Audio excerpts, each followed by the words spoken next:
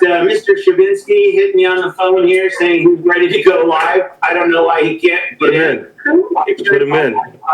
Let's meet everybody. Yeah, he I don't have has access to just to do that. he just let him know. I am refreshing his screen right now, but all he has to do is activate his camera. He should be good to go. Camera. Just get Mario in the fucking room. Yeah, right. Get Mr. Shabinsky on the line there. So if any of the guests can hear us, please do make sure that your mic and your video is active. I've had to go back in a number of times. And refresh. 5+ times, yeah. Yeah, I think that helps. That helps. So, all right. So, anyway. Mario, what up? Yeah, just turn your camera on and refresh your screen. You should be good to go. All right. So I could do a refresh real quick. Big shout out to the team that really put this together. Honestly, Nicholas, Rico, Ishka, Brett, Philip. Oh my goodness, I'm emailing normally. You guys. Mario's getting on right now. Mario's coming on. Hey, And now the man of the motherfucking hour, the man Mario. Mr. Oh shit. Oh shit, man. You got me feeling like trash right now, bro. What's up, guys? How are you? Pretty good. good. How are you doing? Happy 420. Glad Tommy couldn't get in here with us. Fuck. We got in the first room. We're still in the room. Is he? Good to see you guys, man. Just Yeah. you know, my little part in this whole thing, you know, just being a little humble little grower, being in San Francisco in the late 90s, early 2000, and just being part of, you know, I think I'm at that unique age where I'm not the OGs, but I'm old enough to be around during that time and, you know, meet guys like, for me, and being in San Francisco and being a young man and meeting guys like Dennis Perone and, you know, speaking on the steps of the city hall there in San Francisco and feeling inspired, feeling like he was so far ahead of anything I could do.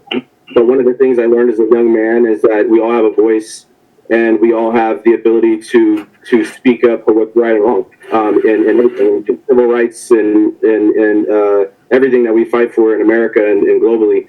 And I just developed, I think I was one of the first sort of growers, these urban growers that I coined it in like places like San Francisco. And we'd go into like the first dispensary I ever went to was on Haight Street, Lower Haight. Met a gentleman named Martin Olive that operates the vapor room there, and you know, just kind of learned just the culture of cannabis. You know, just being in my early 20s, taking my pot I grew in my garage, no testing, no regulation, just bringing it down.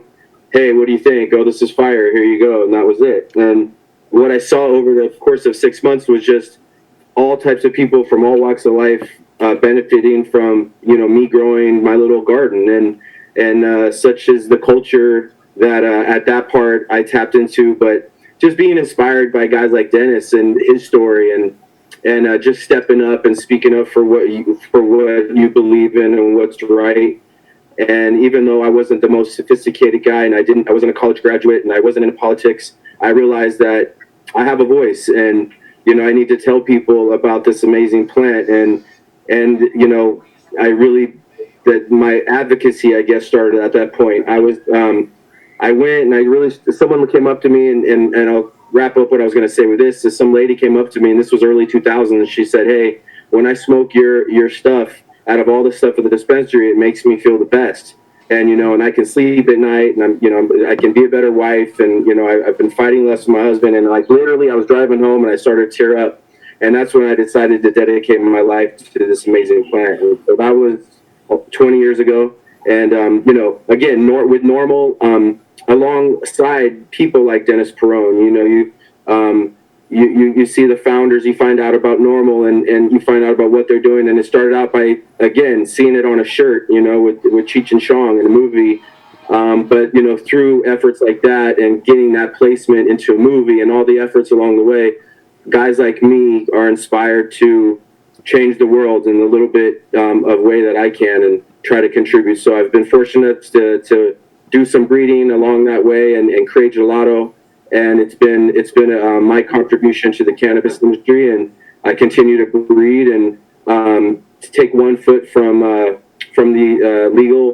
illegal market, I guess, into the full regulated market, and to charge forward proudly. And so I'm just really honored to be included in this group of all of you, and I'm proud of the efforts that everyone's put in the past and the present and in the future of all the work that we'll do to change the way that people view this amazing plant.